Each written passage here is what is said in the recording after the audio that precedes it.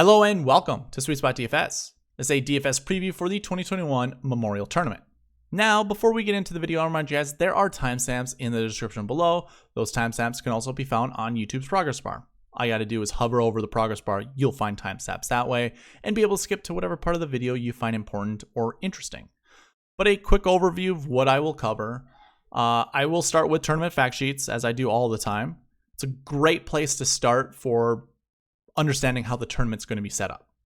From there, we'll go to weather forecast, just to get an idea of what Thursday and Friday weather will bring us. That's really the only important days when building our 6 lineups, on Monday night, basically. Well, throughout the week, that is. Obviously, weather can change, and I highly encourage you guys to always look Wednesday night to see what the weather's going to do, to find any type of wave advantage, but we can just build lineups with what we know now. From there, we'll go to target scores and cut line or historic cut lines, just to get an idea of what type of tournament this is. Is it a birdie fest? Is it a grinded out type of tournament? Or is it something in the middle? So we'll find that out with that information. And then I'm going to jump right into the bucket system. It's my way of analyzing the top 10 through course history, recent form, last year's performance, last week's performance, even salary information, past DK salary information. And I analyze the top 10 because in order to win a GPP, you want to get as close to the optimal lineup as possible. In fact, I'm trying to get the optimal lineup. So it's not that I'm trying to get as close. I want the optimal lineup. And in order to do that, we have to analyze the top 10 and figure out what type of plays we need. Because I'm going to break it to you, it's not going to be all the best off the tee guys or all the best approach guys or the greatest course history or the best recent form. We're going to need mixes throughout that, and the bucket system does a good job of doing that. So again, timestamps in the description or on YouTube's progress bar. Go ahead, find what part you want to look at, listen to. I highly encourage you to listen to the whole thing, but let's go ahead. Let's get into this. Start here with the tournament fact sheets. We're at Muirfield Village Golf Club. No surprise, this is Jack's place, Dublin, Ohio. It's a par 72, very traditional. You have your 4 par 5s, 4 par 3s, the rest par 4s, 7,500 yards. Now, the big thing to take note, and I'm sure most of you guys have heard this throughout the industry, there have been major renovations. And in fact, I shared them on my Twitter feed. You don't need a Twitter in order to see them. So all you have to do is just go to twitter.com/SweetSpotDFS, and you will see the videos that I shared. Jack talks about how there have been changes. I think all but 7 greens or 6 greens have been changed to some degree, whether they had a full overhaul or they changed location. Now, the holes themselves have not changed, but I shouldn't say haven't changed. Some have been lengthened.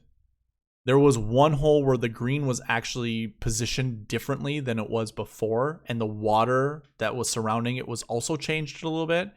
So there are slight changes. To me, this is going to be the same feel or same look and feel for the most part.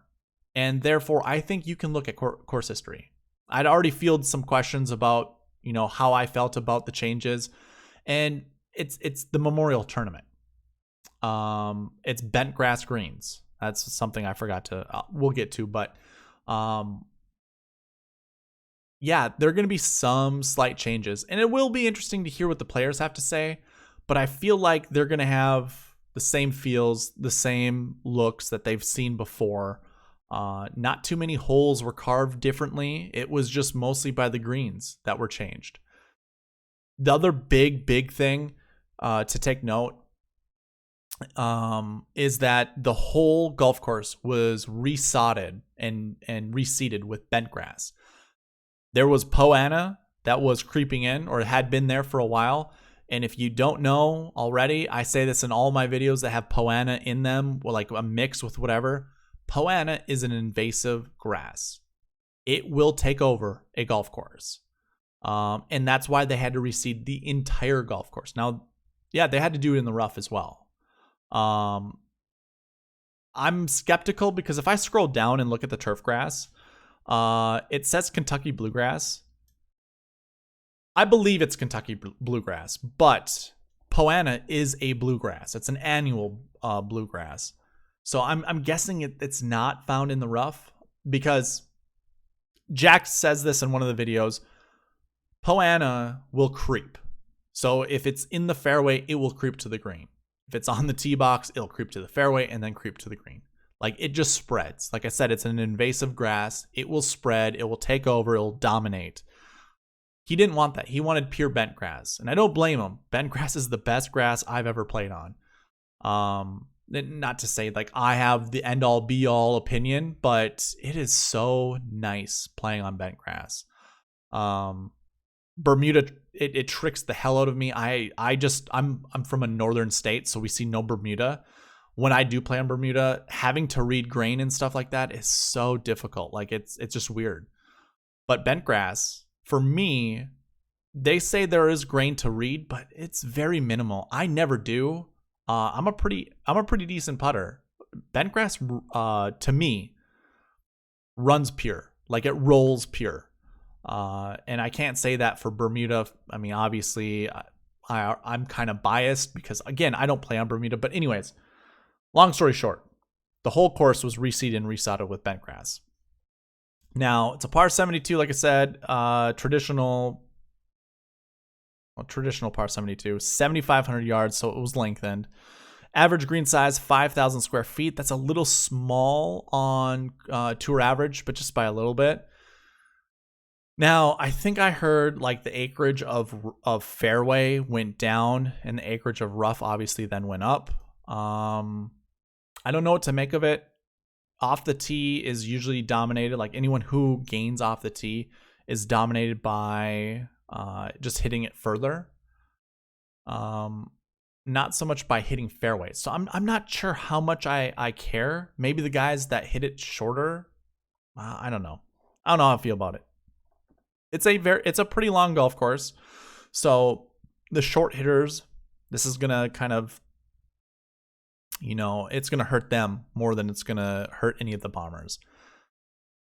I'm not gonna play it either way. Like, I just don't. To me, it's too much noise, and you never know when someone's gonna have an ultimate driving day or an ultimate driving week, where if they are a short hitter, they hit in the fairway, they play well, or if they are a short hitter, they hit in the rough, they're kind of screwed.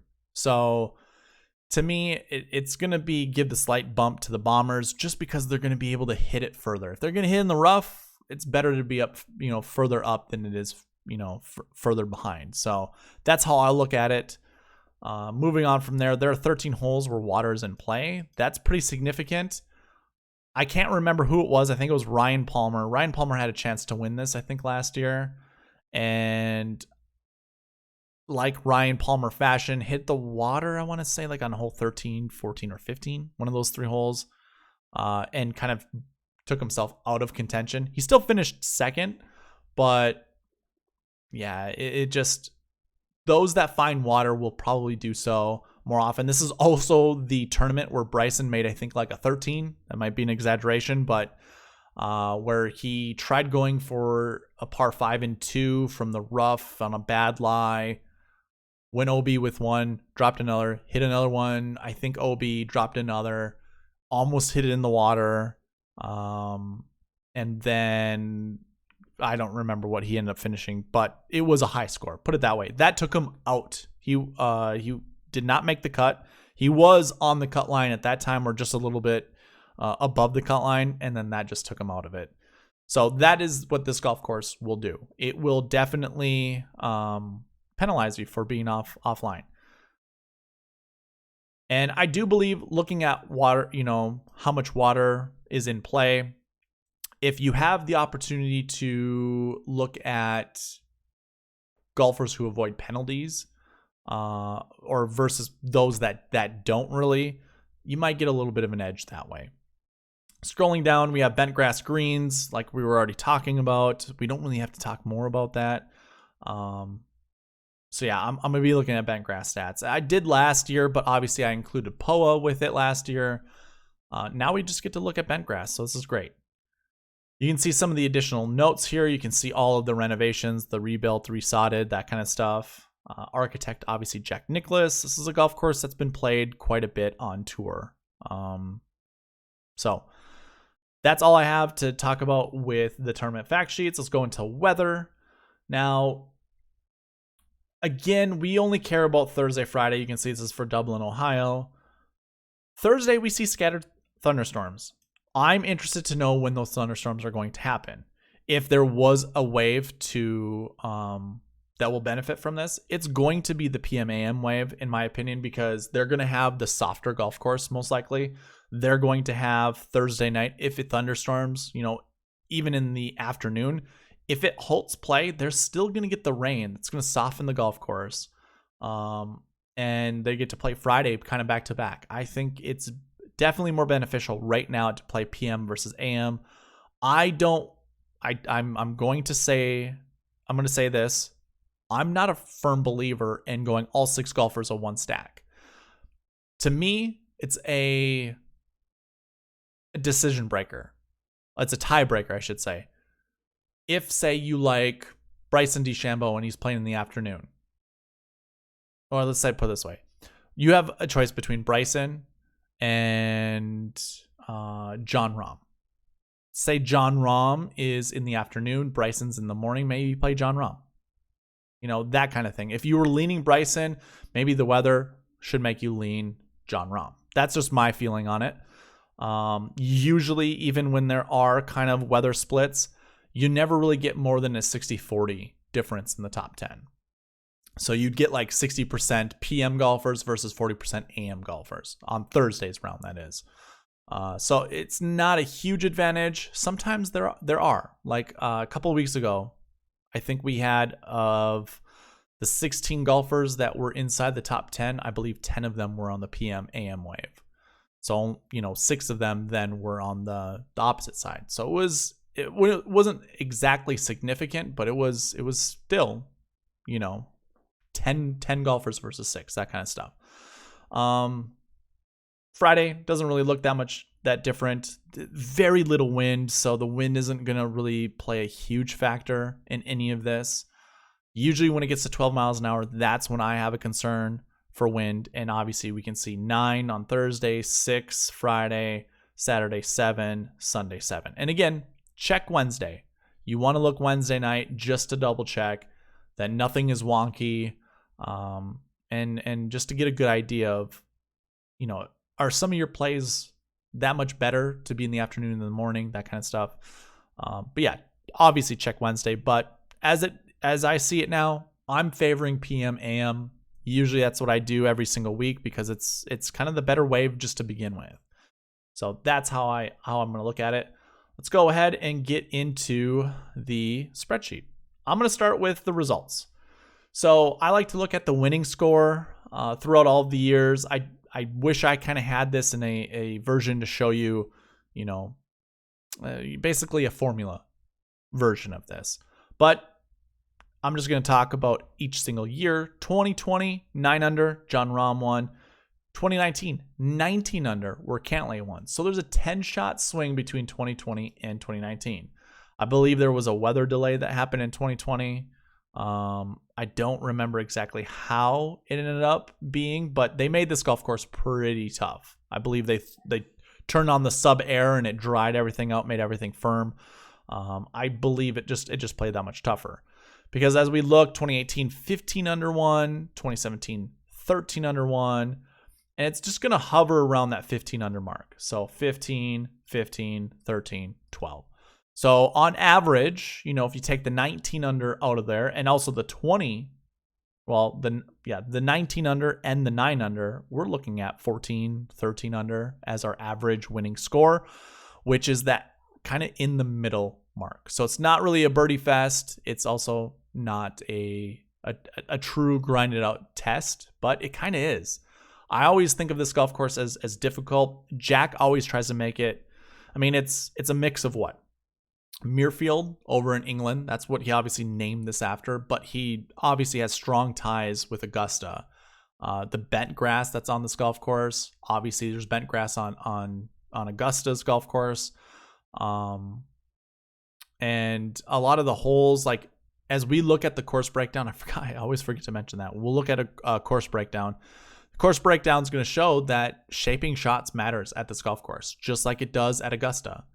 So there are similarities to the golf course. It's well known. I mean, Jack has talked about it. Everybody talks about it, that there is a strong correlation to Augusta here. But when it comes to score, like, I say that because he also wants to make it just as tough as Augusta does. He does not want this to be a birdie fest, and I don't think he'll ever let, the course get away from him. So I believe we're going to see a target score between 11 and 14 under. I always give a 3-shot buffer just because, 11 is as low as I'm going to see, as I think it's going to be, and I think 14 is as high as I'm going to think it. But I'm going to guess 12 to 13 is really your sweet spot for target score.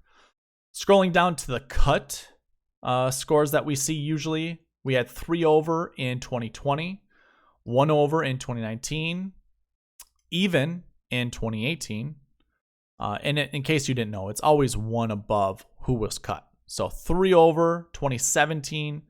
In 2016, we actually saw 2 under being the cut. So that was actually a pretty low cut.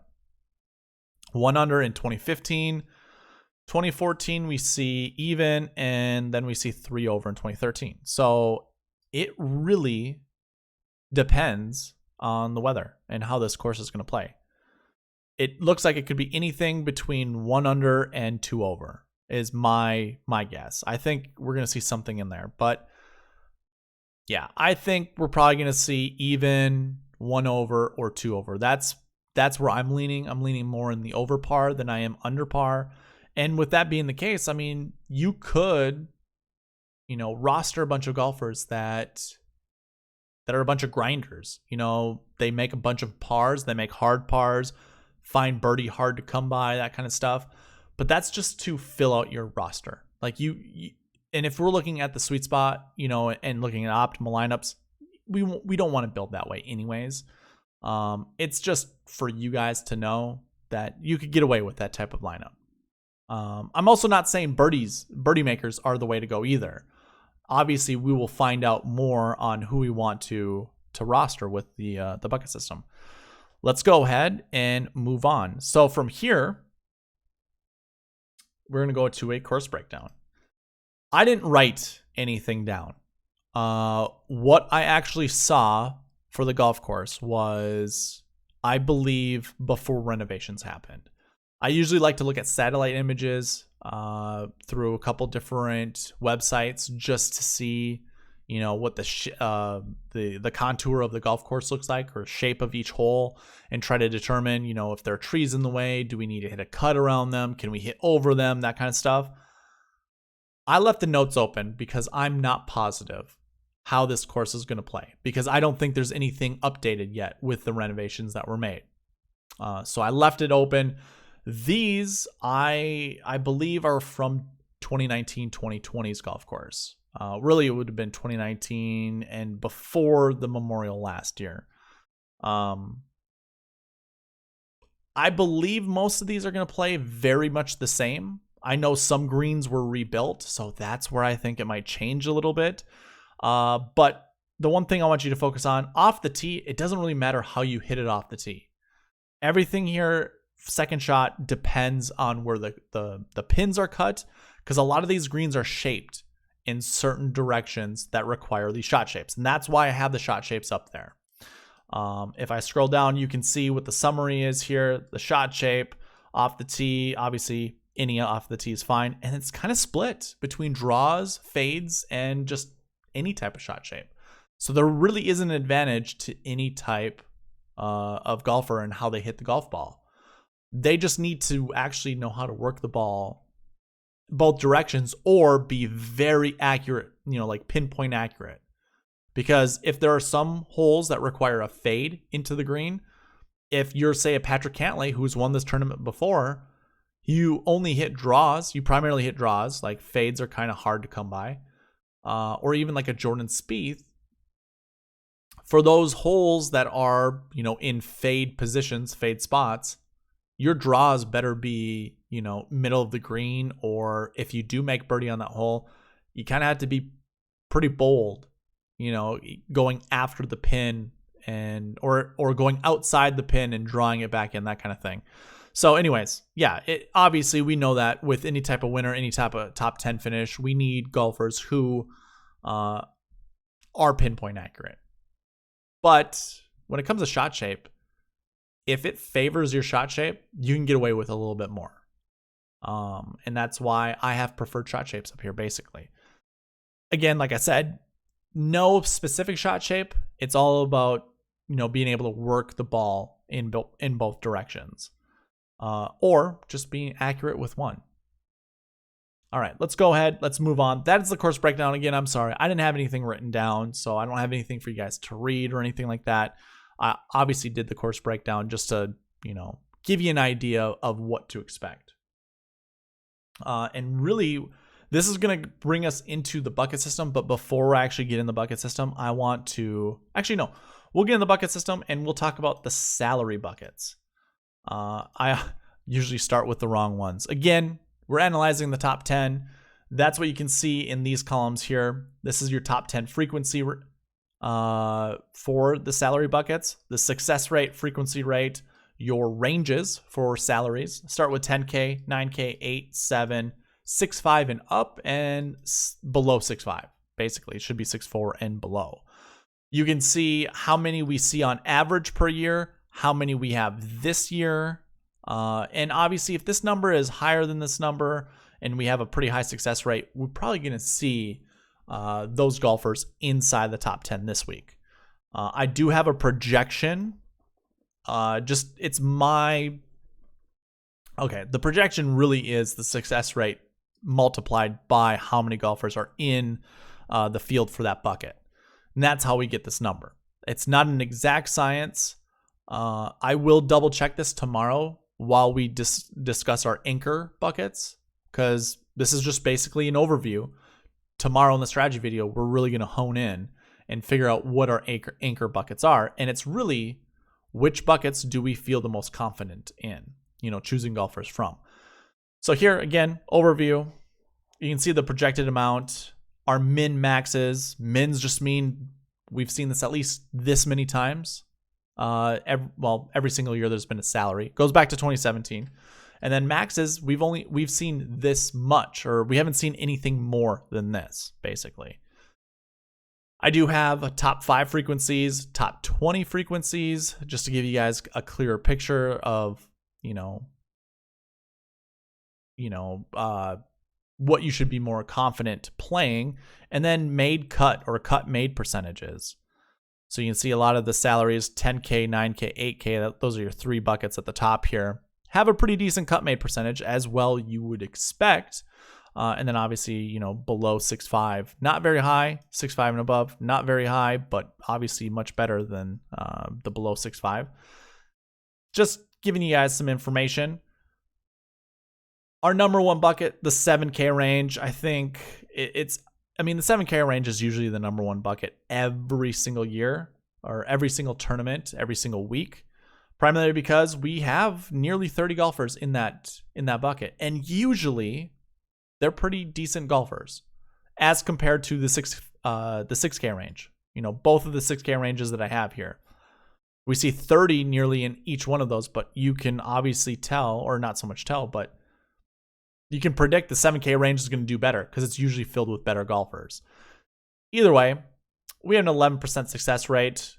It's not high, but that's primarily because there's a lot of golfers in it. We usually see, or we've seen at least 2 golfers every single top 10 dating back to 2015 that were in the 7K range. So 7K, definitely a bucket that I'm choosing, that I'm going to be playing a lot out of.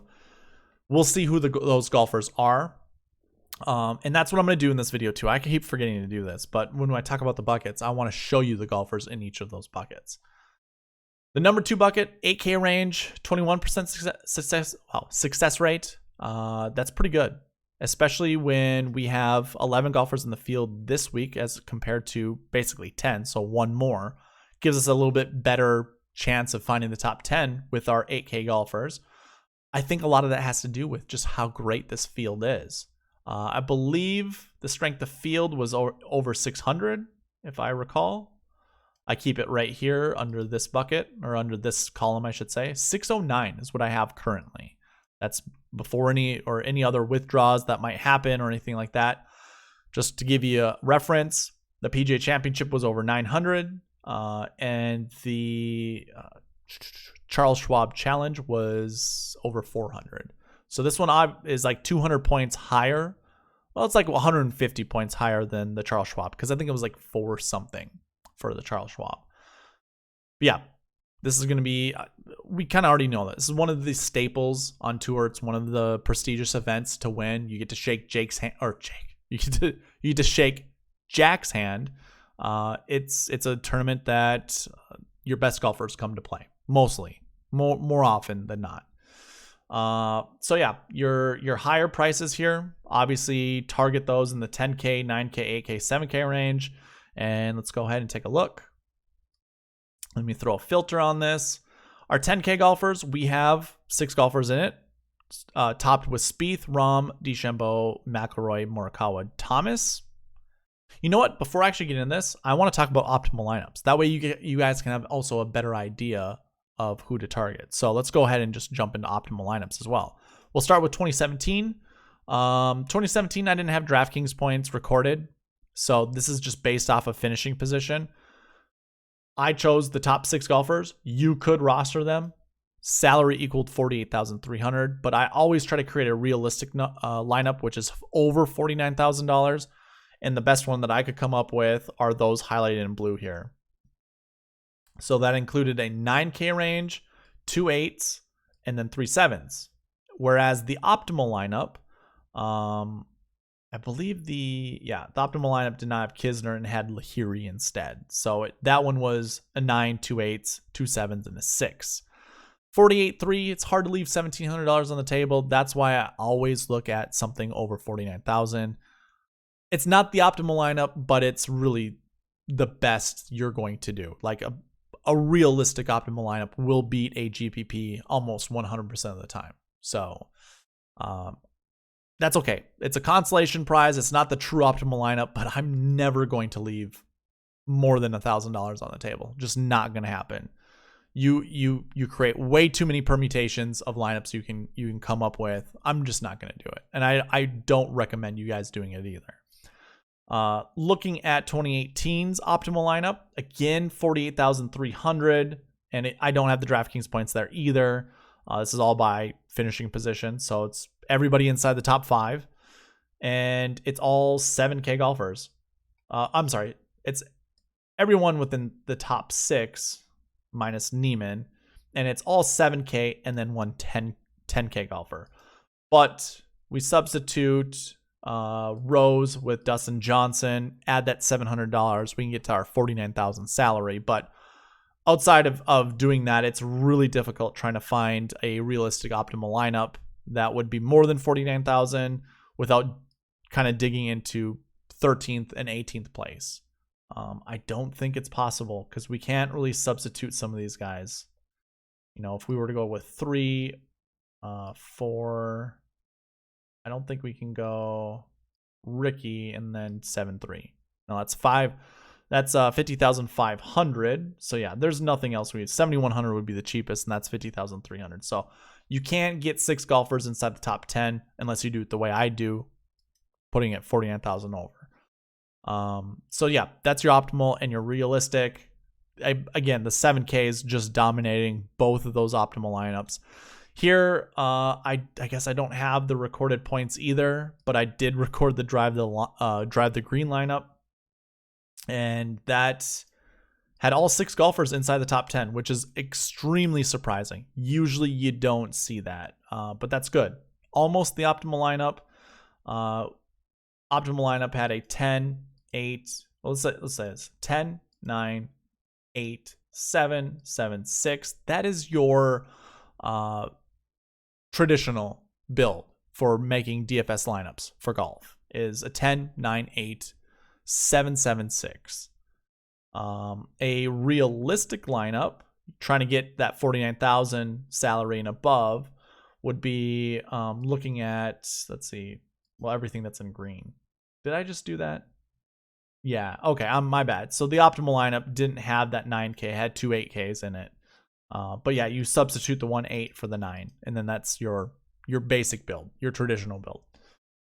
In 2020, this is where I'm actually recording points, so I can show you that optimal lineups equaled 536. The optimal lineup was Tony Finau at 8-3. Let's put it this way. 9-3, Jon Rahm. 8-3, Finau. 8-1, Fitzpatrick. 8,000, Jason Day. 7,000, Matt Wallace. And 6,400, Ryan Palmer. I was just talking about Ryan Palmer and how, he was doing well until he hit the water. That equaled 47,100. That's insane. That's hard to get to. So the realistic one would be removing Palmer from it, and then adding Patrick Reed at 8,400. This gets us 49,100 for our realistic optimal lineup. And that scored, I forgot to write it down, 520.5 points. So optimal lineup was 536. So we sacrificed 16 points to get a salary or a built lineup over 49,000. Does that beat the $3 birdie? Well, that scored 489. So yes, it did. It beat it by 30 points. So very comfortably. And that guy had, or a girl, 4 golfers inside the top 10, then one at 13th place and one down here at 32nd place. One thing I thought was interesting is Rory McIlroy here finished 32nd. He scored 65.5 points. He was in the 10K range. Justin Thomas was a little bit more expensive than him, finished 18th, but 3 less DK points. Obviously, we talk about that all the time, or the DFS industry talks about it all the time. You can have golfers outside the top 10 score more than golfers inside the top 10, but I'm here to tell you, most optimal lineups, or even most lineups that could beat GPP winning lineups, you're never grabbing golfers outside the top 10. I'm just going to say never. You rarely grab golfers outside the top 10. So yeah, it could happen, but guess what? Those golfers that are inside the top 10 that do get beat out by golfers outside the top 10, they weren't in the optimal lineup themselves. So yeah, it's fun to say, it's fun to talk about, but it's really not that important. So here, obviously with that realistic, we had a bunch of 8Ks. We had 4 8K golfers, a 9K, and a 7K. So this is a very volatile optimal lineup type of tournament. And a lot of that has to do with the strength of field for this tournament. I would imagine it's always been high. With that, there are some mispricing that DraftKings does.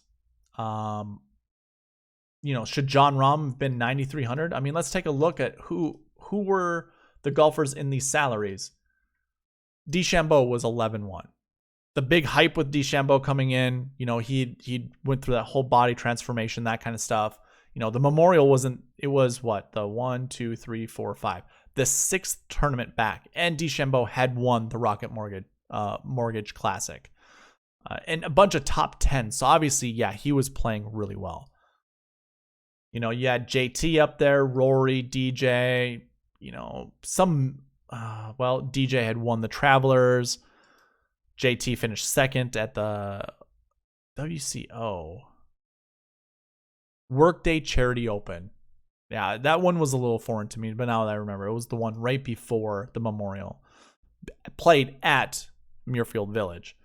So anyways, I think pricing was a little weird. Jon Rahm, how often do we ever see Jon Rahm in the 9K range? He's kind of always been in the 10K range. We always see Xander in the 9K range. He played pretty decent. But yeah, Webb was above Rahm. I mean, I guess Rahm just didn't have the greatest of finishes, and that's why he was in the 9K range. So yeah, it makes sense. Webb was a winner at the Heritage, RBC Heritage. So yeah, I guess it makes sense why Rahm was so cheap. But yeah, the type of talent that he is. I mean, he is, one of the 5th best golfers on tour. And he was at that time as well. His performances weren't looking that great. I guess he's really the only one that's a little odd. Tony Finau, I think, probably deserved to be 8,300 then. Patrick Reed probably deserved to be 8,400. All high-quality, world-class players. So, again, there's probably a little bit of that discrepancy with salaries. 10K range this week, you know, if I were to actually say one golfer that I'm not sure I believe should be in the 10K range, it might be Morikawa. You know, I'd probably switch Morikawa with Hovland.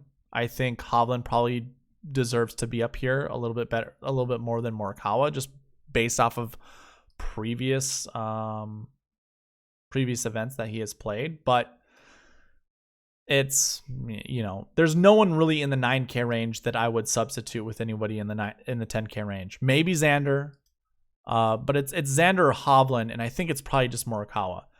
Spieth does deserve to be at 11-3, but I don't like Spieth that much at this tournament. There's something to be said too. Like, Spieth has played 3 weeks in a row, 4 weeks. This will be his 4th week. So fourth week in a row might be I think that's the point where burnout might come into play. So he's probably right on the edge of burnout. I don't think he's really going to hit burnout. I think he's fine. But yeah, this is the 4th tournament. I don't know how I feel about Spieth this week. I definitely like guys a little bit lower than him. But let's go ahead and race through this, because I don't want this video to be too long, and I don't want to talk about the salaries that long. But here's your 9K range. You know, very good 9K range. I like everybody in this. I don't think there's a bad play in the 9K range whatsoever. Scrolling down to the 8K range, we had 10 golfers here. Pretty decent picks. Like, I mean, if there's one, it's probably Sam Burns for me. But that's kind of getting cute. Like, 8,900 is just too, like, I said this with the Coke Rack thing in the review video. There's a price point that I don't know if I'm going to get to with Burns. And for me, seeing him in the high 8s, that's probably it. Like, and it might burn me. He could finish, you know, top 5, be in the optimal lineup, and I'm going to look like an idiot. But I don't think I want to play him less than, like, the only time I want to play him is when he's less than $8,500, especially in a huge field like this. Like, the strength of field is very high. I don't know if Burns is there yet. You know, I guess shame on me if he ends up being, you know, that good. I don't view him as that type of player just yet. I think there's a little bit of maturing that I think he needs to do. But I could be completely off on that. Just not my 8,900. I think that's difficult for me to get to. Your 7K range, obviously we have a lot of golfers here. We have 30 in total. Whenever I build lineups, I usually like to start, you know, somewhere 7,600 and above. Select a guy from here that I like, and then pair him up with somebody 75 and below. Sometimes I'll split the 7K range into threes, you know, into thirds, where I'll look at 79, 78, 77, cut that off, go 76, 75, 74, cut that off, and then go 73, 72, 71, 7, and grab golfers from those ranges, basically. There are a lot of good 7K a lot of good golfers in the 7K range that I don't mind playing. I'll see how the bucket system really shakes out. You know, we'll look at our anchor buckets tomorrow and see if any of these 7K golfers are in them. But yeah, do not hesitate in playing anyone from the 7K range. A lot of really good golfers here. And then the 6K range, as we saw, you know, below 6.5, actually both 6K ranges, not very good. I think we can play, you know, here's my advice. Don't play more than one 6K golfer. And if you do, play your percentages. You know, for me, if I'm going to play two 6K golfers, it's only going to be in max 30% of my lineups. And I'm going to favor the 6.5 and above.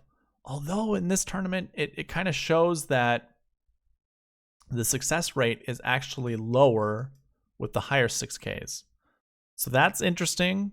We see a total of 5 in both, so that's also interesting. I think it's the higher the success rate is because of the lower number of golfers in that bucket each year. 75% frequency rate, that means dating back to 2017, you know, those 4 years, we've seen 3 6.5 and above inside the top 10. So I think it's, that's a good sign. Whereas we only see 50% in 6.5 and below, or below 6.5, I should say. Either way, I gave you my piece on that. Let's move on. First bucket I want to look at is the last year bucket. So your number one bucket are golfers that did not play. Now, we usually see 53 per year. We only see 36 this year. I think, obviously, the frequency is going to drop this year because we see 17 less golfers in the field. Let me just double check this. 120. Perfect. So yeah, I still like it. We're still projecting about 2.49. I like to do this, and you'll see this in the anchor bucket. I'm -1 from both the projection and the minimum. So the minimum is going to show 0. This will show 1.49. So I will play probably one golfer out of this bucket, and I think it's worthwhile to actually choose those golfers. Let's take a look. And you know what? I think I'm just going to grab the 3 buckets for each stat category moving on, just to save time. So last year ones, your number one golfer for salary-wise, it's Sam Burns. He did not play here last year. Sam Burns, maybe that's the reason why we play Sam Burns. But also Charlie Hoffman's there. He's also a really good player. And then a bunch of your 7K golfers that we were just talking about. Really, I don't mind any of these guys. I like them quite a bit. When we get in the 6K range, though, that's where it probably drops for me.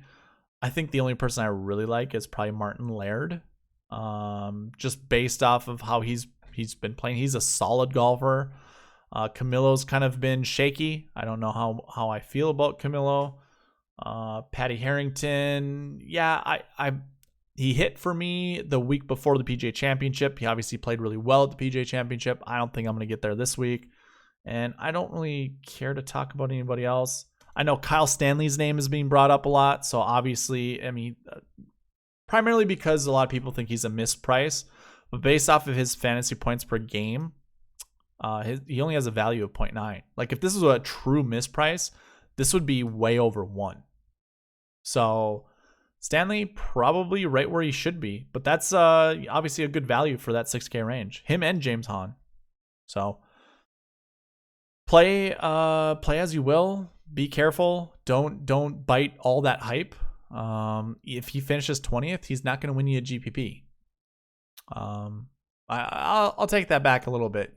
If you get 5 golfers inside the top 5 with Kyle Stanley finishing 20th, you'll win a GPP. But yeah, I'm not going to get stuck on his value. Like, I don't really care. He does fit this bucket, though. So obviously that is a thing. And again, I'm playing at least one. When we look at, the maximum, they've been up to 8. So yeah, the bucket could do well. 100% frequency, meaning it's happened every single year. 6.91% success rate. Again, we're projecting about 2.49. So I guess my minimum would be 1. My maximum would be 2. So you could go with a 6K and a 7K, or maybe even an 8K. I think that's okay. Our number 2 bucket, golfers who finished top 20 last year, believe it or not. 85% frequency rate. So there's 1 year where it was 0. You can see that's where the minimum comes from. But more often than not, this is a very successful bucket. Projecting 1.99, so very close to 2. 17 this year, 18.29 on average. Let's go ahead and take a look at who those golfers are. No surprise, obviously you know some of these golfers already, but it's Jordan Spieth, Rahm, JT. If you're anchoring your guys around the 10K and above range, these guys are good ones to go by. But then we have some really good 9K golfers. Xander, Finau, Reed. I wouldn't even mind playing golfers from here. Like, that's a good range. And we have a bunch of really good ranges. Fitzpatrick, Horschel in the 8K range. 7K range is Day, Wallace, and Siwoo Kim. To me, I don't care for any of these guys. I don't care about Day being a member at this course or him living in this area. Jason Day has been so awful recently. I think his back is gone. Like, I don't know what he can do to make his back better. He's trying to change his golf swing to alleviate pain in his back. He's gained a lot of weight. Like, I don't know what the heck's going on with Jason Day. I just know A golfer who closes his eyes trying to picture a shot and then trying to convince there was a clip of this trying to convince golfers to do the same thing. Like, you do it in every other sport, right? No, not all the time. This guy is, to me, he's clearly mental. And nice guy, don't get me wrong. I don't trust him. I'm not gonna play him until he comes back to form or he becomes a low 7K golfer. I know it's weird to say, a former number 1 in the world. He's just not that type. Like, I would rather play Brendan Steele than Jason Day.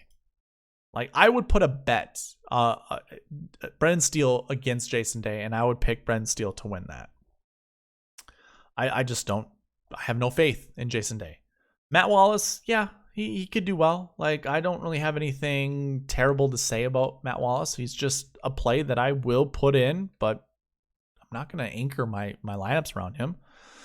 But anyways, this is your last year bucket 2. Our last bucket to talk about are golfers who finished 20 to 40th last year. You can see it's an 85% frequency rate, 14% success rate. So it's the highest we have out of these buckets.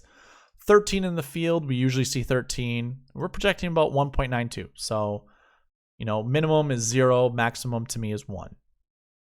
Let's go ahead and take a look. Who are our last year 3s? Rory McIlroy, Patrick Cantlay, Corey Connors, Scotty Scheffler. Those are 9K and above. And here's how I'm gonna share this with you. Now, Rory McIlroy could easily finish inside the top 10 with the last bucket we just talked about, with your Spieth, your Thomas, I believe, those guys. If you were to, let's say, if you were to anchor your lamps with McIlroy, don't play anyone else under here. Maybe some of these low 7Ks, but just stick with Rory from this bucket and move on. I mean, I like Cantlay. Corey Connors is a good golfer. So is Scotty Scheffler. Like, they could easily do this. And I guess maybe that's how I should look at it too. Look at the golfers that are there. Man, I just thought of this. I should create a strength of field for strength of bucket. That makes a hell of a lot of sense, doesn't it? I mean, I can do that easy by totaling up the numbers that we have here. Wow. Okay. Just thought of that. I'll make sure to do that with the US Open. We'll see how that ends up.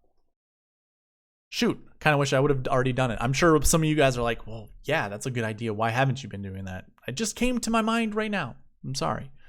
Anyways. Yeah. Okay. So you could pick more than one out of this bucket. That's fine. I have a min of 0, max of 1, but we could see 2.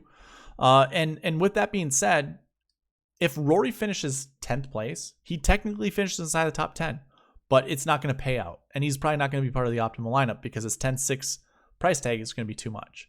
So just keep that in mind, because I fall in that trap a lot where I'm like, yeah, he's a good play for this bucket. But then say like Mark Leishman finishes 2nd place.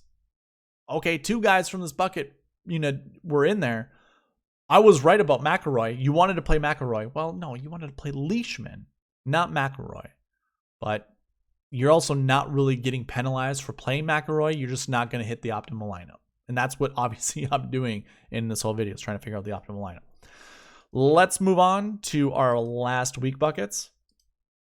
We will start with last week 1, which are golfers who did not play. On average, we see 52. We see 49 this week. 100% for frequency rate, 8.29% success rate. We are projecting 4. So if we minus 1 from minimum and we minus 1 from projected, we get to a minimum of 2. We get a projected amount of 3. So we're probably going to find somewhere between 2 to 4 of these golfers. Let's take a look at who those guys are.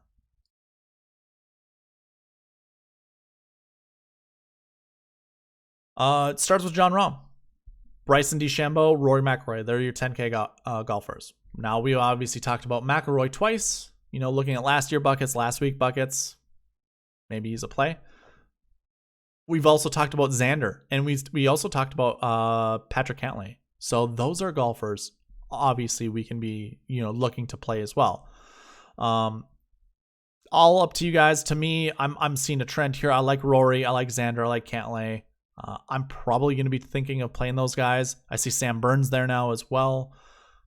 Not terrible plays. We obviously talked about John Rahm too, so that's another one. I'm not going to try to get too cute, but yeah, this bucket is loaded with good golfers. From 9K range up, even the 8K range, like you got a lot of dynamite golfers here. Ricky at 8,000, that's pushing it for me. I know he just had a really good PGA championship, but hey, that was one tournament out of what? I don't even remember the last good tournament Ricky had. So I'm not putting a lot of faith in that. 6.46 value, not great considering the guys ahead of him and below him in salary are kind of better values. Not Jason Day, obviously, and we already talked about that. But a lot of good golfers even in the 7K range. This will be a hard bucket to choose from. Obviously, a pretty high strength of field, or strength of bucket. That's probably the best way to put it, right? Very difficult one to choose from. Yeah, this is a 307. So the strength of field, or the strength of bucket, I should say, this is 307. The last one that I just brought up was 102. So obviously this is a really good bucket. I'm sure this one's going to hit. It's going to be hard to choose which golfer would be the best one. Let's move on from there and go to our next bucket. We will be looking at golfers who missed the cut last week. Believe it or not, that is our second ranked bucket for the last week buckets. 25 in that bucket this year. On average, we see 28, 100% frequency rate, 8.81% success rate. -1 from both of these, we see somewhere between 0 and 1. So we can accurately project we will see at least one golfer out of this next bucket inside the top 10. So we see Reed once again, we see Scheffler once again, and then some of these guys here in the 7K range. Actually, it drops off pretty fast. So you can either have one of two beliefs. We can find good value, kind of our glue pieces here, and hopefully one of these 6K, 7K golfers hit, or we can anchor our lineups around Reed, Scheffler, or Im. Actually, we didn't really talk about Im, but Scheffler and Reed we did. So they obviously showed up in some of the buckets we've already talked about. Perhaps they're one of two golfers we do want to anchor our lineups around in the 9K range. So they kind of get a little check mark up. Let's go ahead and look at our next bucket. Actually, in the 6K range, I really don't have any say, like any preference here. I don't really like anybody in the 6K range. So that last bucket had a strength of field of 307. This one has 85. So a pretty weak bucket here. Your best one by far is Patrick Reed, followed by Scotty Scheffler, followed by Sungjae Im, and then Scotty Scheffler. So those are your three guys you probably want to play, but it's really, it doesn't stick to this. The bucket is saying any of these guys, not just the favorites in them. Doesn't quite work that way. The third bucket are golfers who top 20'd last week. We have 19 in the field this week. On average, we see 15. 100% frequency rate, so we've seen at least one dating back to 2013. Success rate's 15%, so pretty high. And if we -1 from both of these, we will see somewhere between 0 and 1. So again, this is a bucket we're going to see somebody finish inside the top 10. And this one's, obviously has Jordan Spieth in it, Morikawa, Connors, Finau, Hoffman. Finau finished top 20 last week. Oh, he finished 20 on the button. Yeah, that's a top 20. So yeah, a lot of good golfers here. I mean, if you like Tony Finau, I like Tony Finau. It's a good reason to play him. He showed up in 2 buckets, as did Spieth, and so did Corey Connors and Charlie Hoffman. So, and Gary Woodland and Kazire, and yeah. So anyone that has a 1 to 3 in your last week has shown up at least twice now. So if you wanted to anchor some of your lineups around those guys, be my guest. I think it's fine. Geez, Kyle Stanley's down there. More reasons to play Kyle Stanley. Okay, let's move on from our last week buckets and get into our course history and recent form buckets. So we'll start with course history. And our number one bucket is that 20 to 40 range. So those that have an averaging finishing position at this tournament between 20 and 40 fall in this bucket. We see 29 this week. On average, we see 24, 100% frequency rate, 15.49% success rate, minimum of 1, max of 6, projected 4.49. So we could see up to 3. I'm projecting around 3 golfers inside the top 10. Again, my own way of thinking about this, you see 4.49, but to me, the safe number is 3, just -1 from this. So anyways, let's take a look. Course history ones. What do you know? Jordan Spieth, Bryson DeChambeau, Rory McIlroy. We've talked about each of those golfers at least once. We've now talked about McIlroy and Spieth 3 times. DeChambeau is the second time showing up. But we also have talked about Xander the same amount of times. So have Finau and Patrick Reed and Scottie Scheffler. You know, Reed and Scheffler from that one bucket. It's looking good. You know, the numbers. What is the word I'm looking for? Although they're showing up in the bucket, I said this during last week's strategy video and preview video. Although they show up in the buckets quite a bit, all it does is it improves their chances of finishing inside the top 10. It doesn't guarantee they'll finish inside the top 10. So yeah, it looks good. I actually like that because I do want to play Tony Finau. I do want to play Patrick Reed. But it's difficult because I don't know who I want to anchor my lineups with. You know, I like Spieth, DeChambeau, and McIlroy. I also like Xander Schauffele. But then you can see some of these guys in the 8K range, pretty decent, 7K range as well. Brillo, once again, Leishman. Bubba even showed up a bunch of times. So did Gary Woodland. Like, there are some good buckets to choose from. And then we see Kyle Stanley.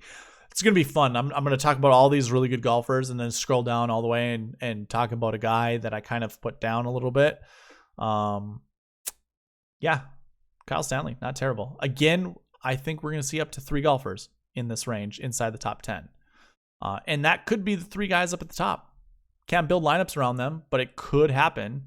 So don't get too gung-ho about selecting some of these guys down here. But if you do like them, obviously play them.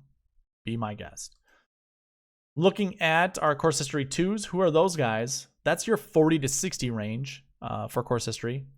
39 in the field this week. On average, 29, so we have another high projection. Great success rate, 100% frequency rate. Let's take a look at our course history 2s. And Rahm, Morikawa, Thomas. So there's all our 10K guys. They are course history 1 and course history 2. More likely we're going to see 10K inside the top 10. And we might even see 2. So it's a possibility. I might just split up my 10K range equally. There's 6 golfers. If you divide that by 100, it's around 16%. So 16% of my lineups are going to be Thomas. I mean, they're going to be of all the 10K golfers. Like, I have no issue doing that whatsoever. I like them all. And I really don't know which one to pinpoint. So if you guys have an idea, let me know in the comments. Who's your favorite 10K play? Or put it this way. How do you feel about going 16% on all 10K golfers versus picking 3 golfers and going 30% on that? What would you rather choose? I want to know that question. I want to know the answer to that question. What would you rather choose? 3 at 30 or 6 at 16? Scrolling down, 9K guys. Once again, we have Hovland, Connors, 8K range. I haven't seen Louis Oosthuizen in a while, so that's not a good sign. But you know, 8,500 is not terrible. You know, in major championships, he's usually around 7,800 all the time. This is too much for Louis, in my opinion. Don't play Louis. Shane seems like a good play. Charlie Hoffman up there again. I like Keegan Bradley. I will be skipping on Day. I don't care how many times he shows up in these these buckets. I don't care. And then you can see some of these lower 7K range golfers. I like Henley. I like Munoz. I like a lot of these guys.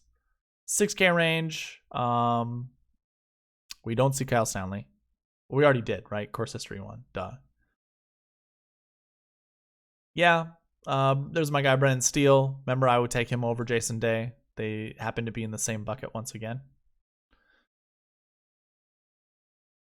Yeah, I would much rather play Brendan Steele, but that is your course history bucket 2. Our course history bucket 3 are golfers between the 60 and 80 range. On average, we see 20, 23 in this week, 66% frequency rate. So we obviously had some years where it didn't happen. Success rate, 8.2%. We're projecting route 1.89, but we do that -1, This bucket turns out to be a little bit worse. I would only choose one guy out of this bucket at most. And one of my favorite guys, Cam Smith, is up there. So is Sung Jae. And a bunch of other decent golfers. I like Ortiz. I don't mind Kazire. Homa is growing on me. I don't really care that much. But yeah, seems like a decent play this week. And then a bunch of guys at the 6K range. I originally liked Noren. I still kind of do. I have no issues with playing Alex Noren. But yeah, a lot of interesting plays to choose from. I'm probably going to avoid most of these guys, honestly. I'm not super strong with some of these golfers. In the strategy video, we'll talk about grass stats, and I can already see there are some 0% guys. So I'll probably just avoid these guys no matter what, but some decent ones that show up. Okay. So that's the course history buckets, your top 3 course history buckets. You can obviously see what the other ones are. And I think you probably have a good idea how to read these buckets now. Recent form buckets. Our number 1 recent form is the 40 to 60 range. That's right. Not the best recent form coming into the tournament is the greatest bucket. Although the success rate isn't as great, your best recent form is that 1 to 20. That means obviously their average finishing position the last 8 weeks is between 1 to 20. Now obviously would be your best recent form. You can see the success rate is high, but then the bucket number isn't very high itself. Like how many golfers are in that bucket. This bucket here is a volume driven bucket. We can see 44 on average. We only see 35 this year. Not as high, so it's not going to be as successful, but we can already see it's projected around 3. Frequency rate is 100%. Yeah, we're probably going to see at least 2. In my opinion. So recent form, it's going to be large. Let's go ahead and take a look. Recent form 1s. Starts with Justin Thomas, believe it or not. Hasn't been playing great, but guess what? That's not a bucket that's really going to hurt us this week. Cantlay is in that same boat, as well as Patrick Reed and Sung Jae Im. These 4 golfers, I actually like the idea of anchoring our lineups around. Primarily because they are world-class golfers, and they can win a tournament with good form, without good form. It doesn't matter. They don't really come in with, lead-in form predicting their success. So I don't mind any 4 of those guys. Yeah, I like them. Looking at the 7K range, Tringali is a very interesting play. We see Homa once again. Matt Kuchar usually does well at this tournament. So, I don't mind Kuchar. Russell Henley, he's a good play I like. Some of these other low 7K, Ortiz and Davis show up once again. And then our 6K golfers, I've seen Wyndham Clark a couple times now. I guess the best bent grass down here would be Matthew Neesmith as well as Rafa Cabrera-Bello. I don't mind playing Rafa, believe it or not. So yeah, not terrible. I didn't look at really the strength of bucket of the last one. This is 162, so it's not that high, but it's not terrible. It's led by Justin Thomas, who makes up 45 points of that. So yeah, a good reason to play Justin Thomas. Let's take a look at our recent form bucket 2s. That's 20 to 40. That's, obviously last 8 weeks, their average finishing position is between 20 and 40. We see 29 this week, usually 21, 100% frequency, 18.44% success rate. Probably your highest projected amount out of all these buckets. 5.35. Again, I handicapped that by 1, so it's 4.35. Let's take a look at our recent form 2s. This is probably going to be the meat that we want to really build our lineups around. And it's headed by Jon Rahm. We actually have 4 golfers in the 10K range. We have, a bevy of 9K golfers. So this one will be a hard one to choose from. This bucket's got to be insane for how strong it is. 317, not as high as that one bucket we were just looking at. That was like 370. But no, it was 307. So this is the highest one. A little dyslexia there. So this would be the highest bucket to choose from. It's the highest projected amount. We're going to see a number of golfers from this bucket. So if you were on Jon Rahm, DeChambeau, McIlroy, or Morikawa, stay on them. You like them to begin with. The buckets are telling you to stay with them as well. Xander, Matsuyama, Corey Connors, Finau. There's Finau and Scheffler also. So, I'm probably going to build a lot of my lineups starting with 10K, dropping to the 9K. And really, it's these 2 guys I'm going to be anchoring my lineups around, it looks like. And really, Corey Connors. Man, I don't know. I really don't know how I want to do this because there are a bunch of good golfers and they're all showing up in these buckets. So we shall see. But yeah, showing up pretty decent. And then the last bucket we're going to talk about for recent form is our recent form 3s. 32 this year on average, 35, 100% frequency rate, 5.88% success rate. That's not good. Projected amount's 1.88. If we handicap that with the minimum, we can see somewhere between 0 and 1. So yeah, I don't know how I feel about this bucket. We can take a look at the golfers inside it, and we don't see anything greater than 7,700 Jason Day. So yeah, it's a good chance that this bucket's not going to succeed. And it being the number 3 bucket, I guess has its own question marks set next to it. If there is a guy I like the most, it's probably Sebastian Munoz. Lonto Griffin's up there as well. I was looking to see if I could see Kyle Stanley. He's not in this bucket. We might find our 6K guy from here. There's a bunch of them, but I don't know which one I truly like versus which ones I don't. Adam Hadwin, 13% bent grass percent, success rate, finished inside the top 10. Mackenzie Hughes, 11%. Streb, 10%. Benny Ann, 16%. Those are all good. I like them. I guess if we look at Sweet Spot score, we'll talk about this tomorrow. Day rates out the best, but yeah, I'm not going. I can't get there with Day. Munoz I like quite a bit, but maybe this is the reason we play Day. I don't want to, but maybe it is. Let me open this all up, and what I want to do is just take our highest success rates and look at those buckets. We'll just go 15 and above. So we're only talking about these ranges here, and we might as well not talk about salary. So these 4 buckets are probably our shoe-in tomorrow for actually no, it wouldn't really be. We talked about all of them except for recent form 4s. Why don't we go ahead and talk about recent form 4 golfers? And I'm going to take back what I said about that being a shoe-in. We'll talk about the anchor buckets tomorrow. But here you go. You got Spieth, Hovland, Usti, Hoffman, and Bradley. Yeah, more likely this bucket will have at least one guy finish inside the top 10. So not a bad bucket to start with. Yeah, I think you could do worse. You really could. That recent form was that 1 to 20 range. So obviously your best golfers coming into the field with recent form. Again, just pick one. All I see is one. So whoever you feel strongly about, go with them. And then actually the last bucket, I see that this is on the list, so I'm going to talk about it, is the strokes gained buckets. Now the strokes gained buckets, they're always static. Your number 1 bucket is all stats positive. Number 2 is positive off the tee, positive putting, and either negative and around the green or approach.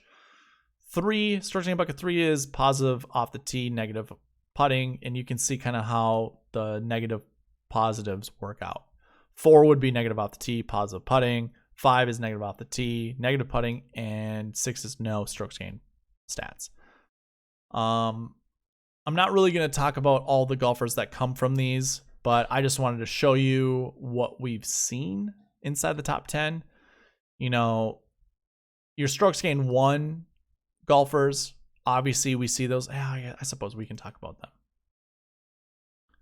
I don't want to short you guys, and I want this to be fast, but we're already over an hour, so does it really matter? Probably doesn't.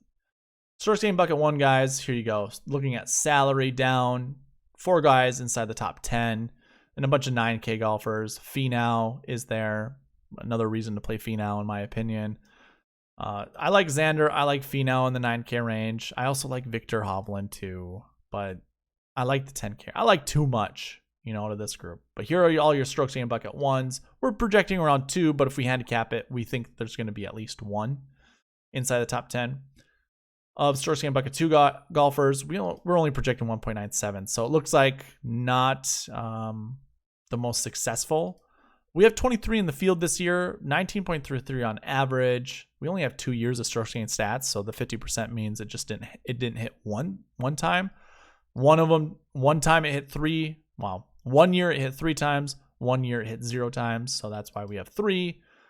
Projected amount 1.97. We handicap that. It's somewhere between 0 and 1. It's not a for sure thing. So our strokes gained bucket 2 golfers, we can have some confidence, but not the most. And then you can see it's headed by Corey Connors at 93. Scotty Scheffler, so he shows up. Then we got Sam Burns. You know, everybody here, as you can see. I'm not going to go out through all of them. Strokes gained bucket 3, negative off the tee, positive off the tee, negative putting.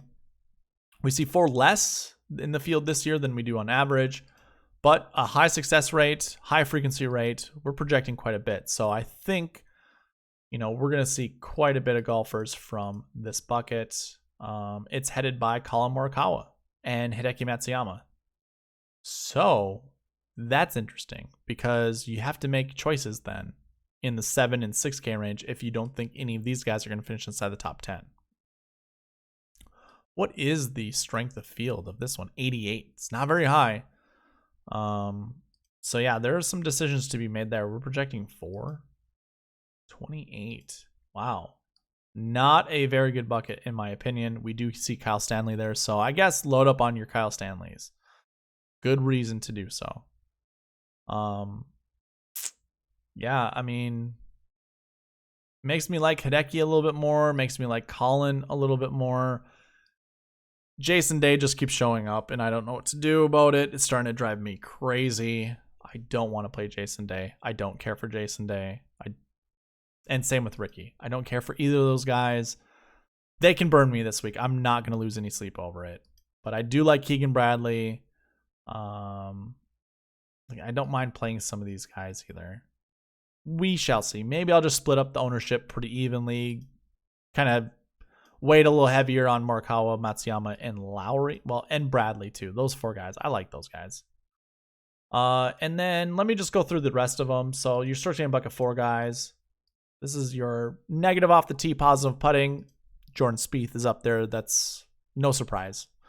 Then we have, it drops to the 7K range with Adam Scott. There's Mark Leishman, we've already talked about. Kuchar, Kazire, we've talked about those guys. And then it drops into the 6K range pretty fast. Strength of field here, not very high, 78. So who leads number 5? I think Gary Woodland does, if I recall. Yeah, 7,900, and then it drops in the 6K range. And this is your negative off the tee, negative putting. By summary, you know, if we handicap it, it's not going to be that successful. It's a chance. We will see one, but I wouldn't bet on it. But that's going to do it for the preview. Running an hour, 13 minutes. A little longer than I wanted to, but it was a pretty detailed breakdown. So I have no regrets. I liked it quite a bit. So thank you guys for watching. Please leave a like, comment, subscribe, all of that good stuff. And I'll see you in the strategy video tomorrow. All right, bye.